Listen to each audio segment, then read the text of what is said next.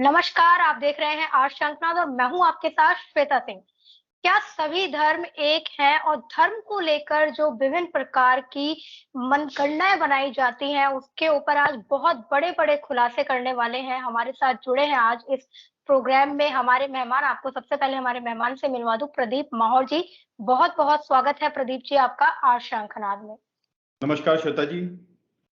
मेरा आपसे पहला ही सवाल होगा, धर्म को लेकर बहुत सारी बातें सामने आती हैं, ये धर्म सर्वश्रेष्ठ है, ये धर्म सबसे बढ़कर है। क्या सभी धर्म एक ही हैं? देखिए श्वेता जी, कैसा है कि धर्म के ऊपर जब भी बात होती है, तो पहली चीज तो धर्म बहुत सारे हो ही नहीं सकते। धर्म तो एक ही होगा। एक श्लोक है जिसमें इस प्रकार से लिखा हुआ है, अस्थिरम जीवितम लोके हस्थिरे धन्य यौवने अस्थिरा पुत्र पुत्रादिश्च धर्मः कीर्तिदश्य स्थिरम। यानी कि इस लोक में, इस दुनिया में जीवन ही अस्थिर है। हम आज जीवित हैं, हमेशा जीवित नहीं रहेंगे। धन, यौवन, यानी कि हमारा जो रंग रूप है, ये भी धीमे धीमे करके परिवर्तित होने लग जाता है। धन जिसके कोई धनवान है, हो सकता है वो कल को निर्धन हो जाए। कोई निर्धन है, हो सकता है वो धनवान बन जाए। ये भी परिवर्तनशील है। पुत्र, पुत्री, रिश्तेदार, सब कुछ अस्थिर है। सिर्फ दो ही चीज पूरे विश्व में स्थिर हैं। एक है धर्म और कुछ हद तक कीर्ति। यानी आपने कुछ ऐसे कार्य किए जो कि आपका हिस्ट्री में नाम आ गया, वो स्थिर है।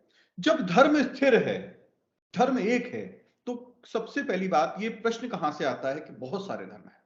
देखिए, जितने भी जिनको हम धर्म बोलते हैं, सबसे बड़ी परेशानी कहां पे आती है?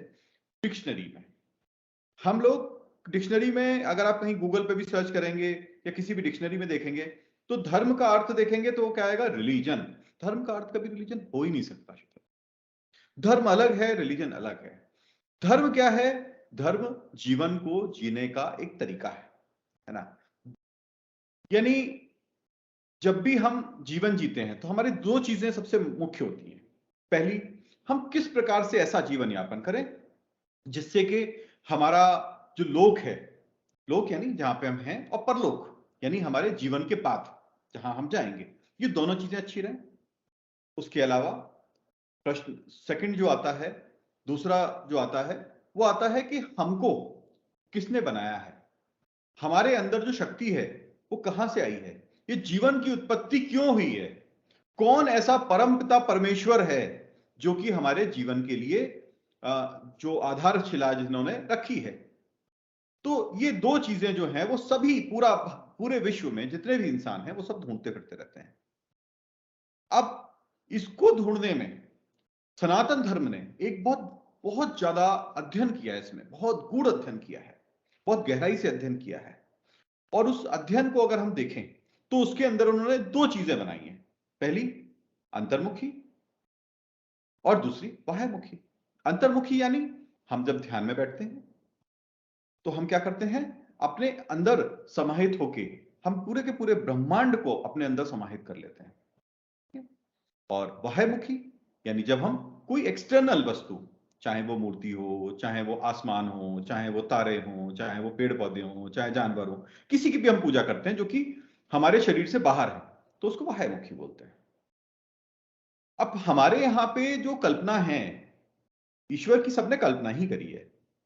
जो हमारे यहां पे कल्पना है, वो कल्पना से कुछ ऊपर उठ के है। जबकि बाकी जगहों पे अगर हम देखेंगे तो कल्पना जो है ईश्वर को लेके, वो बहुत लिमिटेड है।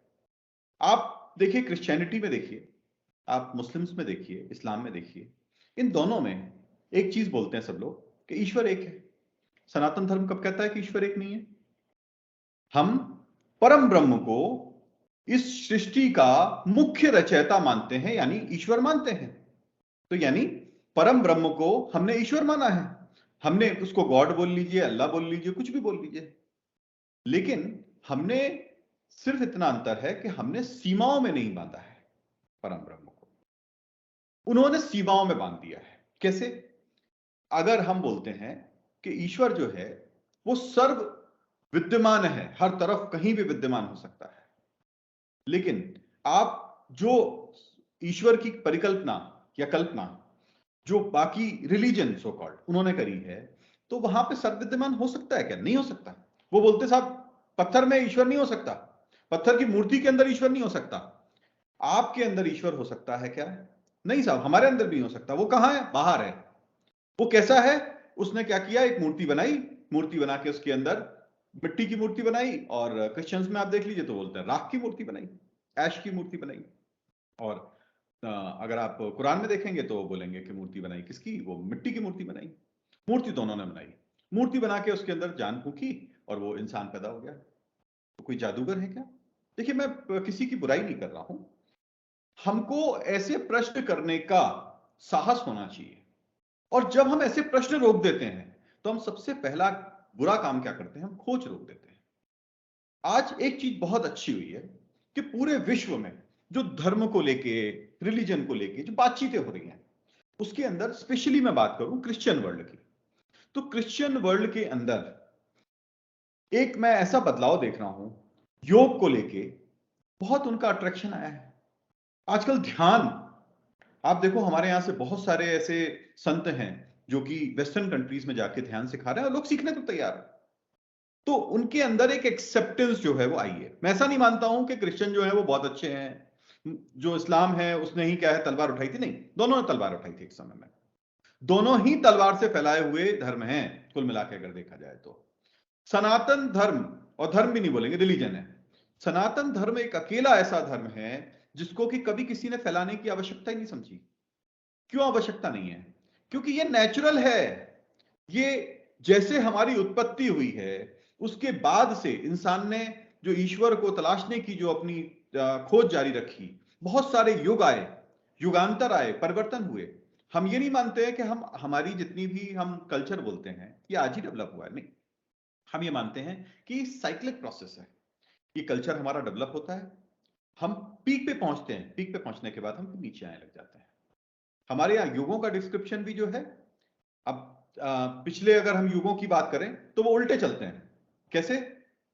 सबसे पहले सतयुग, फिर उसके बाद में त्रेता, फिर द्वापर, फिर कलयुग, है ना। उसके बाद में ऊपर की तरफ चलते हैं। कलयुग के बाद में, कलयुग मतलब नहीं सबसे वन हो गया, द्वापर मतलब सेकंड, है ना, त्रेता मतलब थर्ड, और सतयुग मतलब सबसे ऊपर वाली साइकिल पे हम पहुंच गए। फिर ये साइकिल नीचे आती है। तो ये जो सृष्टि है ये कंटिन्यूअस प्रोसेस है। इसमें जो डेवलपमेंट हम देख रहे हैं कि अभी इतनी टेक्नोलॉजी बढ़ गई, ये हो गया वो हो गया, ये कोई ऐसा नहीं कि पहली बार हुआ है।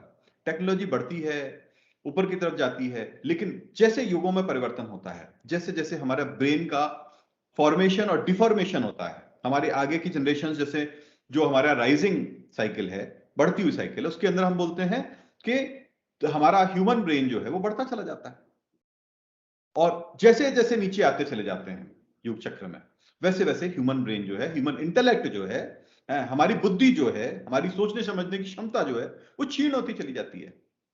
तो ये एक साइक्लिक प्रोसेस है।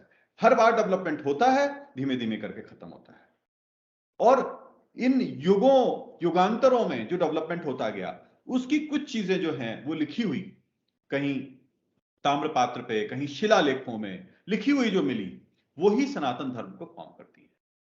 तो ऐसी एक परिपक्व सभ्यता, और आज जितनी भी बात हो रही है सब लोग बोल रहे हैं श्वेता जी कि सनातन धर्म जिस सभ्यता की बात करता है वो बहुत ही परिपक्व सभ्यता थी। आप ये बताइए, किसी व्यक्ति ने अगर प्लेन नहीं देखा हो तो क्या वो ये बात कर सकता है कि पुष्पक विमान या ये बहुत सारे अलग अलग विमान जो हैं वो उड़ सकते हैं?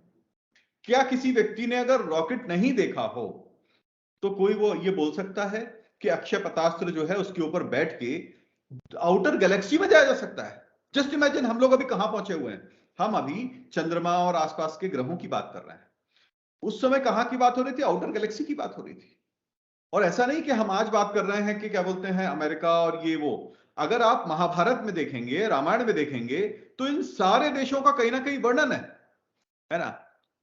कौच द्वीप, क्रौच द्वीप जो है, करौच द्वीप की जब भी बात करते हैं तो हम किसकी बात करते हैं? अमेरिका की बात करते हैं। करौच द्वीप का वर्णन जो है रामायण के अंदर आता है। वहां पे क्या लिखा हुआ है रामायण में आप देखेंगे तो ऐसा ऐसा द्वीप जहां पे 7 अलग अलग धाराएं जो हैं वो बहती थी। वहां के माउंटेन्स, वहां की ज्योग्राफी, वहां का क्लाइमेटिक कंडीशंस कैसी थी, है ना, वहां पे किस प्रकार के लोग रहा करते थे, कितना बड़ा वन था, कितने स्क्वायर किलोमीटर में, उस समय पे जो मानक थे मेजरमेंट के उसको कन्वर्ट करते हैं तो आज की डेट का अमेरिका का पूरा डिस्क्रिप्शन आ जाता है। तो इतनी ज्योग्राफी एक ऐसे लोग जो कि पत्थर से आग जलाया करते थे कैसे लिख सकते थे? और कैसे 7 समुंदर पार जाके उस पूरी जगह की पूरी ज्योग्राफिक लोकेशन जो है उन्होंने मेंशन कर दी? तो ऐसा तो नहीं हो सकता कि ये जिसकी बात होती है कि पूरी तरीके से सभ्यता कुछ नहीं हुआ करती, तो वैसा संभव नहीं है और उसके प्रमाण भी मिल रहे हैं। आप देखिए पंजाब में जो खुदाई हो रही है इस समय पे इंडस वैली सिविलाइजेशन से ज्यादा पुराने प्रमाण मिल रहे हैं। तो ये पता चलता है कि सनातन धर्म कितना परिपक्व है। और जैसे जैसे हमारी साइंस आगे बढ़ती चली जाएगी श्वेता जी, आप देखिएगा लोग, क्योंकि सनातन धर्म जो है बहुत सारी बातें ऐसी कहता है जो कि आज साइंस ने प्रूव कर दी हैं, लेकिन कुछ ऐसी भी चीजें हैं जो कि अभी प्रूव करना बाकी हैं।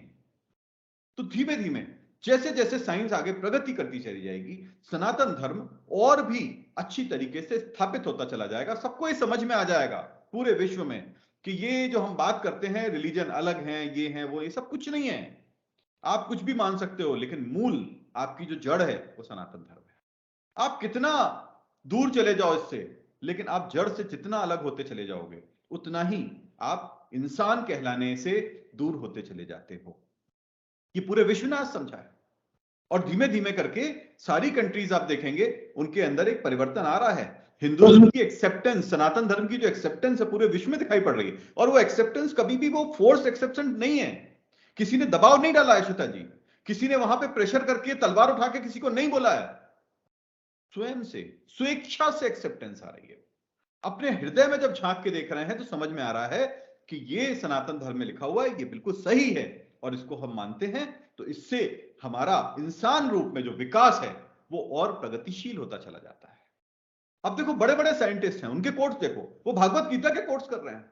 जिन्होंने एटम बॉम्ब बनाया उन्होंने कहा कि हमने एटम बॉम्ब की बनाने की जो शिक्षा है वो भागवत गीता से ली है। कैसा है? जिसने एटम बॉम्ब बनाया है ना, जिन लोगों ने इतनी बड़ी बड़ी साइंटिफिक डिस्कवरी करी, वो मूर्ख तो नहीं हो सकते, वो होंगे तो इंटेलिजेंट ही। उसके बाद वो सनातन धर्म की बातें करते हैं। क्यों करते हैं? क्योंकि उनको उनकी जीवन के अंदर जो ग्रोथ मिली। आप देखो इवन वेस्टर्न कंट्रीज के जो टॉप रिचेस्ट लोग हैं, आप फेसबुक जो है, फेसबुक के जो ओनर हैं उनकी बात बोलो, वो क्या बोलते हैं? वो इंडिया के बारे में बात करते हैं। वहां के जो टॉप ये बिल गेट्स हैं वो बात करते हैं इंडिया के बारे में, सनातन धर्म के बारे में बात करते हैं। क्यों? क्योंकि ये बोलते हैं कि इनके जीवन में जो इनकी प्रगति हुई वो इस वजह से हुई क्योंकि उन्होंने सनातन धर्म को जाना। धर्म अलग नहीं है, रिलीजन अलग है। रिलीजन कुछ नहीं है, रिलीजन छोटे छोटे छोटे छोटे एक समझ लीजिए पॉलिटिकल ग्रुप्स हैं। लोगों ने क्या विचार किया कि अगर कोई हमारे ग्रुप में आ जाता है, जैसे पार्टीज बनाते हैं ना, कोई व्यक्ति हमारी पार्टी में आ जाता है तो पार्टी मजबूत हो जाती है, उसी प्रकार से ये छोटी छोटी पार्टियां बना दी और पार्टियां बना के लोगों के ऊपर रूल करने का एक तरीका बना दिया। ये कभी भी धर्म नहीं हो सकता श्वेता जी। धर्म एक ही है, सनातन धर्म, और सबको सनातन धर्म की शरण में आज या कल आना ही है। जी बिल्कुल। क्या सनातन धर्म अन्य धर्मों से अलग है और अलग है तो किस तरह से है? नहीं नहीं, सनातन धर्म देखिए अलग नहीं है, सनातन धर्म ही धर्म है। और बाकी जो हैं वो कैसा है, देखिए सनातन धर्म जो है बहुत विस्तृत धर्म है। हम जब मूर्ति पूजा की बात करते हैं तो कई लोग बोलते हैं अरे सनातन धर्म में ये लोग कितने सारे देवी देवताओं की पूजा करते हैं, बोलते हैं ना। ये बोलते हैं कि देखो ये मूर्ति बनाते हैं, एक पत्थर उठाते हैं, उसके ऊपर सिंदूर लगाते हैं। आप देखेंगे बहुत सारी मूवीज में भी बड़ा मजाक बनाया गया है इसका। जो लोग मजाक बना रहे हैं वो इसको समझ में नहीं पाए हैं। अंतर्मुखी सबको थोड़ा बहुत समझ में आता है कि हाँ अंतर्मुखी होना यानी ध्यान करना, ठीक है। बाह्यमुखी की जब हम बात करते हैं तो लोग एकदम अरे ये क्या, एक मूर्ति बनाई आपने पूजा शुरू कर दी, वो तो पत्थर की मूर्ति, उसकी पूजा क्यों कर रहे हो आप? लोगों को ये समझ में नहीं आया कि हमारे जो पीढ़ियां थी, हमारे जो पुरखे थे, उनके अंदर एक बड़ी गहन अंडरस्टैंडिंग थी और उन्होंने बहुत गहराई में चीजों पे विचार किया। हर व्यक्ति ध्यान में नहीं बैठ सकता। तो हमारा जीवन को देखने का तरीका क्या है? हम जीवन को बाहर देखते हैं। आप किसी को जिसने ध्यान ना किया उसको बोलो कि आप ध्यान करना शुरू करो, थोड़ी देर में आप देखोगे उसको नींद आ जाएगी, तो ध्यान नहीं कर पाएगा।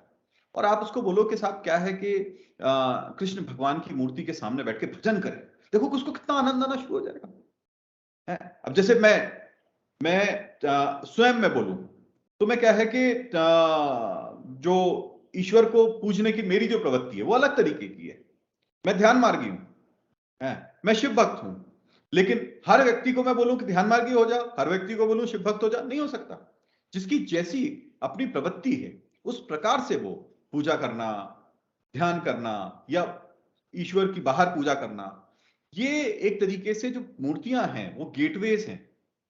जब आप पूजा करते हो मूर्ति की, मूर्ति पूजा में आप बैठ जाते हो और ध्यान बिल्कुल आपको वो मूर्ति जो है वो अपने अंदर समाहित हो जाती है और वो सब कुछ वही दिखाई पड़ने लग जाती है। उस समय वो मूर्ति मूर्ति नहीं रहती है, मूर्ति एक ऐसा द्वार बन जाता है जिस द्वार से आप एक इस दुनिया में रहते हुए इस दुनिया के बाहर जाके आउटर वर्ल्ड में पहुंच के जो परम ब्रह्म है उसको आप सामने देख सकते हो।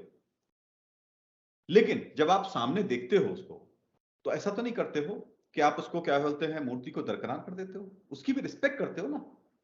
अगर मान लीजिए आप एक पहाड़ी पे चढ़ रहे हैं और पहाड़ी पे चढ़ने के लिए आपने कुछ इंस्ट्रूमेंट्स का उपयोग किया, तो आप ये तो नहीं करते हो कि पहाड़ी पे पहुंचने के बाद में अब तो मैं पहुंच गया, इसकी क्या जरूरत है, उसको फेंक देते हो सीधे, ऐसा तो नहीं करते हो।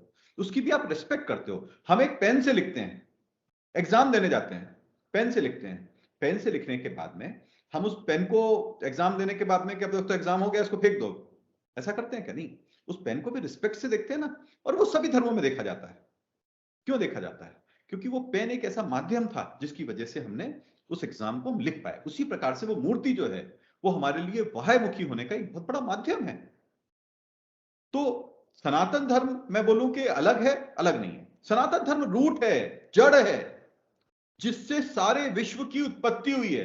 ये पूरी विश्व की उत्पत्ति की, पूरे इंसान के अंदर जो जिसको हम कल्चर बोलते हैं उसकी उत्पत्ति जो हुई है उसका कारक है।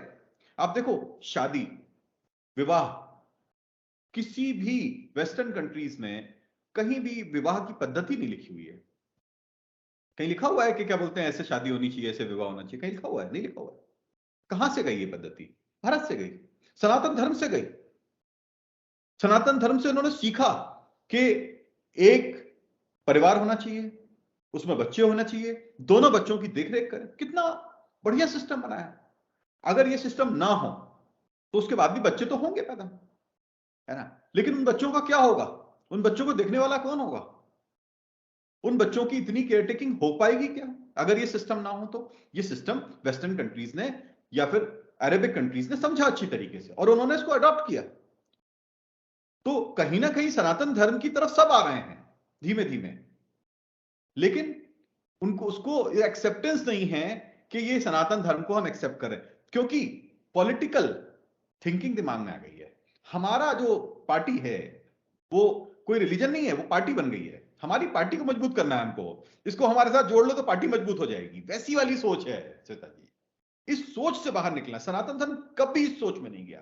पार्टीवादी सोच, एरिया वाली सोच, इसमें नहीं गए। पूरा विश्व जो है वो सनातन है। जी, बिल्कुल। अब मेरा आपसे एक आखिरी सवाल होगा इस शो का। हम देखते हैं कि अलग-अलग धर्मों के नाम पर जिस तरीके से देश में अशांति फैलाने का कार्य किया जाता है, तो धर्म के नाम पर लड़ाई क्यों? देखिए, धर्म के नाम पे लड़ाई करना क्या होता है कि छोटी मोटी लड़ाइयां हर तरफ होती है ना? हम लोग अब जैसे मैं अपने घर की बात, मैं शिव भक्त हूं, ठीक है?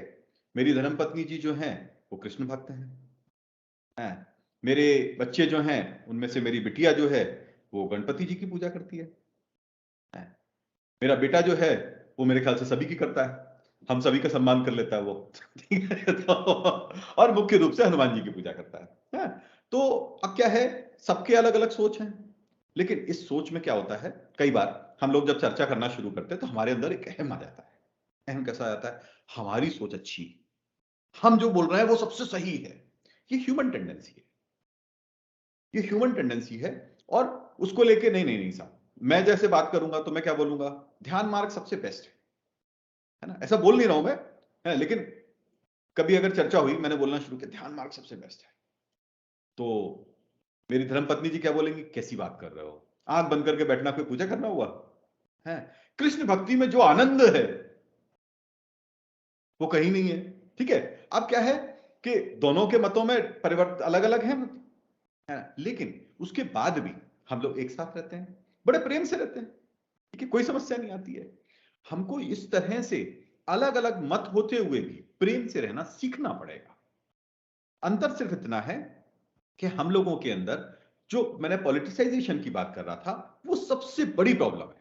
क्योंकि कभी भी आप देखो, भारत के अंदर बहुत सारे ऐसी जगह थी जहां पे, इवन मैं कश्मीर की बात करूं, कश्मीर के अंदर जब इस्लाम वहां पे स्प्रेड हुआ, उसके बाद आप देखो क्या, हाँ कश्मीर के अंदर कोई समस्या आई? वहां पे हिंदूज भी रहते थे, मुस्लिम्स भी रहते थे, आराम से रहते थे, कभी कोई समस्या आई थी? पहले नहीं आई थी। समस्या कब आना शुरू हुई? जब पॉलिटिसाइजेशन शुरू हुआ, जब ये हुआ कि साहब हम ही सही हैं, ये सब गलत हैं, इनको भगा दो यहां से। ये सोच कहां से आई? ये सोच बाहर से आई, इंडिया की सोच नहीं थी, ये बाहर से आई। बाहर से लोग आए, उन्होंने दबाव डाला, उन्होंने बोला तुम कैसे हो, इनकी बात मान रहे हो, इन लोगों को क्यों सुन रहे हो, तुम महान हो, तुम्हारा धर्म क्या है, तुम इनको काटो। इस प्रकार की सोच डेवलप हो गई। ये सोच जो है, इससे कहीं ना कहीं हमको बाहर निकलना पड़ेगा, एक दूसरे के प्रति एक्सेप्टेंस लानी पड़ेगी। हमारे यहां पे एक्सेप्टेंस की कोई कमी नहीं थी, और एक्सेप्टेंस देखिए एक तरफा नहीं हो सकती है। हम बोले कि हिंदू तो एक्सेप्ट कर लें, ठीक है, मुस्लिम्स जो है एक्सेप्ट नहीं करें, वैसा नहीं चलेगा। अगर हम भारत में हमारे मुसलमान रहते हैं, तो पाकिस्तान में भी तो हिंदूज रहते हैं, पाकिस्तान में हिंदूज रिड्यूस होते चले जाएं, उनको बोलने वाला कोई नहीं है। भारत में मुस्लिम्स जो हैं, उनकी अगर छोटी सी उनको फैसिलिटी जो दी जा रही है वो अगर कम कर दी जाए, तो वो बोलना शुरू कर देते हैं देखो इस्लाम खतरे में आ गया और हम दुखी हैं, परेशान हैं भारत के अंदर, जबकि पॉपुलेशन लगातार बढ़ रही है, दिन दूनी रात चौगनी प्रगति हो रही है भारत के अंदर, लेकिन उसके बाद भी दुखी है। और वहां पे बेचारा जो हिंदू है, जो कि 20% 22% हुआ करता था, आज 1% रह गया है, वो सुखी है, उसको कोई समस्या नहीं है, उसके बारे में कोई बोलने की। आज ऐसा क्यों है कि भारत में रहने वाला जो मुसलमान है, मैं बड़ा खुल के बात करता हूं, भारत में रहने वाला मुसलमान जो है, उसको किसी हिंदू को दुख अगर होता है, तो उसको उसके दुख में दुख महसूस नहीं होता, ठीक है, उसको मुसलमान के दुख में दुख महसूस होता है। जबकि हिंदू जो है, आप देखो, जब भी कभी मुस्लिम्स की बात होगी, है ना, चाहे भले लेफ्टिस्ट हो, कुछ भी हो, लेकिन उनके पक्ष में बोलने वाले भी कौन है? हिंदू ही है ना। हिंदू तो सबके साथ खड़ा हुआ है। हिंदू के अलग अलग विचार हो सकते हैं, हो सकता है मेरा विचार वैसा ना हो, है, लेकिन दूसरों के विचार है ना। बहुत सारे हिंदू हैं जो कि बहुत सारा समर्थन करते हैं। अगर हिंदुओं ने समर्थन नहीं किया होता, तो आज क्या है कि जो एक्स्ट्रा फैसिलिटीज इतनी सारी जो दी जा रही हैं, वो नहीं दी जाती, हिंदुओं के समर्थन से ही मिली है। तो हिंदू तो सबके साथ खड़ा हुआ है, लेकिन आप मुसलमान से बोलो कि एक बार खड़े होकर दिखाए, एक आध कोई खड़ा होता है, और जो खड़ा होता है वो सम्मान भी पाता है भारत के अंदर। जो खड़ा होता है वो भारत का प्रेसिडेंट भी बन जाता है। एपीजे अब्दुल कलाम बहुत बड़ा उदाहरण है भारत के अंदर, है कि भारत के प्रेसिडेंट बन गए वो। तो धर्म में आपका पूजा पद्धति कैसी हो, आपकी लाइफस्टाइल कैसी हो, ये अपना निजी मत है, ठीक है। हर व्यक्ति को ऐसा सोच हो सकती है कि हमारा निजी मत जो है वो बहुत अच्छा है ना, और हर व्यक्ति को एक दूसरे का सम्मान करना चाहिए, लेकिन सम्मान कभी भी एक तरफा नहीं हो सकता श्वेता जी, इस बात का हमको विशेष ध्यान रखना चाहिए। सम्मान हमेशा दो, अब जैसे मेरी पत्नी है, ठीक है, वो अगर कृष्ण भक्त हैं, और मैं अगर कृष्ण जी के खिलाफ कुछ बोलने लग जाऊं, तो उनको बुरा लगेगा ना। तो मैं क्यों खिलाफ बोलूं? उनका भक्ति का अपना तरीका है। वो अगर कृष्ण भक्त हैं और भक्ति कर रही हैं, तो वो अपना धर्म पूरी तरीके से निभा रही हैं, उससे मेरे धर्म में क्या फर्क पड़ रहा है? लेकिन समस्या वहां आती है जब हम ये बोलना शुरू करते हैं कि वो धर्म निभाना शुरू ना करके वो हमारे ईगो को मानना शुरू करते हैं, हमारी पॉलिटिकल पार्टी में आ जाएं, वहां समस्या आती है। और ये समस्या जो है, इसको हम जितना दूर करेंगे उतना ही अच्छा है। देखिए, सनातन धर्म से तो कोई दूर नहीं जा सकता, कोई दूर नहीं जा सकता। अब एक और भी उदाहरण मैं आपको देता हूं। हमारे यहां से बहुत सारे संत हैं। कई बार लोग बोलते हैं कि मैं कई बार क्रिश्चियन वर्ल्ड की बड़ी तारीफ कर देता हूं, तो कारण है उसके पीछे है। और जब भी बहुत सारे हिंदू जो हैं वो भी बोलते हैं, नहीं यार वो ऐसा मत बोला करो आप, हम तो क्या है कि कट्टर हिंदू हैं, हम तो सिर्फ हिंदुत्व की बातें करें। नहीं नहीं, ऐसा नहीं। हमको सच्चाई को हमेशा एक्सेप्ट करना चाहिए। आज बहुत सारे हमारे संत हैं जो कि वेस्टर्न कंट्रीज में जाते हैं, योग सिखाते हैं, ध्यान सिखाते हैं, सब कुछ सिखाते हैं। अभी उनमें से किसी को बोल दो एक काम करो, वेस्टर्न कंट्रीज छोड़ो दो, तो है ना, अभी अरब कंट्रीज जाओ जरा, थोड़ा वहां सैर करके आओ जरा थोड़ा दिन, सर तन से जुदा सीधे, है? संभव है क्या? नहीं संभव है ना। तो आप एक दूसरे को अगर रिस्पेक्ट करते हो, धीमे धीमे करके आप देख रहे हो पूरे विश्व में ऐसा सामंजस्य बन रहा है कि हिंदूज और क्रिश्चियंस में आपस में एक बहुत अच्छा तालमेल बैठा है अभी इस समय पे। और ये तालमेल जो है वो धीमे धीमे आगे बढ़ता चला जाएगा, है ना। इसका मतलब मैं ये नहीं बोल रहा हूं कि मैं क्रिश्चियनिटी से प्रभावित हूं, बिल्कुल नहीं। मैं सनातन धर्म जो है ना मेरा, मैं इसका पुरजोर ये बोलता हूं कि सनातन धर्म से महान और सनातन धर्म की जो रूट्स हैं उससे बड़ा कोई है ही नहीं है। लेकिन एक दूसरे के प्रति रिस्पेक्ट हमारे बीच में डेवलप होना शुरू हो गई है। मैं नहीं बोल रहा सब में हो गई है, लेकिन यहां पे ये सेम स्थिति जो है वो मुस्लिम्स के अंदर आनी पड़ेगी। हम अगर आपको रिस्पेक्ट दें तो आपको भी तो हमको रिस्पेक्ट करना सीखना पड़ेगा ना। एक तरफा रिस्पेक्ट तो नहीं कर सकते ना हम, कि हम आपको रिस्पेक्ट करते रहे और आप बोलोगे हम खराब हैं खराब है। ऐसा हो सकता है क्या? कोई दुनिया में होगा बंदा, आपको श्वेता जी कोई खराब खराब बोलता रहे तो आप उसकी रिस्पेक्ट करोगी? मैं आपको बोलूं श्वेता जी क्या बोलते हैं, आप बहुत बेकार हो, तो आप मेरी रिस्पेक्ट कर पाओगे क्या? नहीं कर पाओगे ना। तो रिस्पेक्ट हमेशा म्यूचुअल होती है। आप अगर रिस्पेक्ट एक्सपेक्ट करते हो कि मैं आपकी रिस्पेक्ट करूं तो आपको हमारी भी रिस्पेक्ट करनी पड़ेगी। उसी प्रकार से अगर हमारा ज्योतिर्लिंग जो है वो आपकी किसी मस्जिद में मिला है तो आपको समझना पड़ेगा कि ये मस्जिद जो है किसी की गलती से इस मंदिर को तोड़ा गया था और ये भारत में रहने वाले आपके भाई जो हैं उनका मन जो है, उनका जो है धर्म जो है वो इससे जुड़ा हुआ है, तो क्यों ना इसको उनको दे दिया जाए। क्या समस्या है? कोई समस्या है क्या? सारी समस्याएं खत्म। आप ये देखो, अगर मान लीजिए भारत के अंदर ज्यादा नहीं 10-20 हजार मुस्लिम्स ऐसे खड़े हो जाएं, वो ये बोलने लग जाएं कि भाई ऐसा है कि ये जो मस्जिद है इसको अगर कभी जबरदस्ती हिंदुओं से छीना गया है, इसको आप सर्वे करिए, बिल्कुल सर्वे करिए, पता लगाइए, कार्बन डेटिंग करिए, सारे सबूत निकालिए, और अगर ऐसा प्रूव होता है कि ये हिंदुओं की थी और इसको जबरदस्ती तोड़ के लिया गया तो इनको दिया जाए इनको। आप देखिए भारत के अंदर जितने भी मुसलमान हैं उनकी रिस्पेक्ट जो है 1000 गुना हो जाएगी।